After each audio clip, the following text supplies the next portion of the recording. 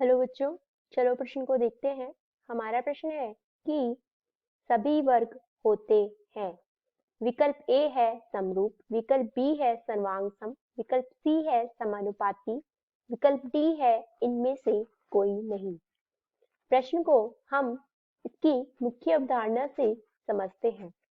देखिए, मुख्य अवधारणा मुख्य अवधारणा में हम देखते हैं कि कोई भी वर्ग अगर आपस में सर्वांगसम हो तो उसके लिए हम यहाँ पे कोण भुजा कोण का उपयोग करेंगे। इसी तरीके से अब हम हमारे प्रश्न को देखते हैं कि हमारे पास यहाँ पे 3 वर्ग दिए गए हैं जो कि कुछ इस तरीके से हैं।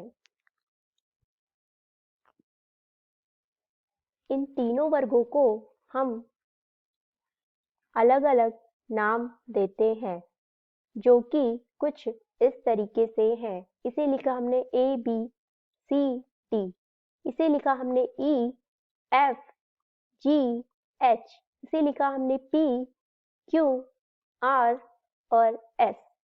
इस भुजा का हमारी जो लंबाई है उसको हम मान लेते हैं 2 सेंटीमीटर। इस भुजा की लंबाई को हम मान लेते हैं 3 सेंटीमीटर। इस भुजा की लंबाई को हम मान लेते हैं 5 सेंटीमीटर। तो अब हम यहाँ पे देखते हैं कि ये वाला कोण होगा हमारा 90 डिग्री। इसी तरीके से ये कोण भी होगा हमारा 90 डिग्री, ये कोण भी होगा हमारा 90 डिग्री और ये कोण भी होगा हमारा 90 डिग्री। ये भी कोण हमारा 90 डिग्री होगा, ये भी कोण हमारा 90 डिग्री होगा।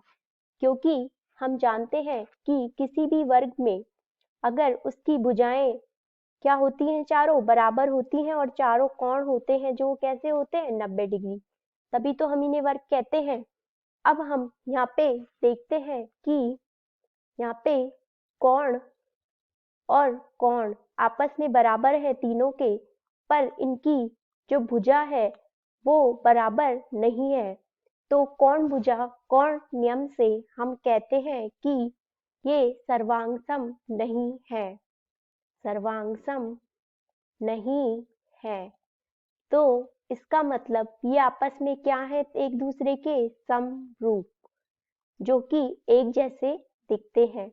तो हमारे यहाँ पे प्रश्न का सही उत्तर क्या हुआ, विकल्प ए। आशा करते हैं आपको समझ में आया होगा। धन्यवाद।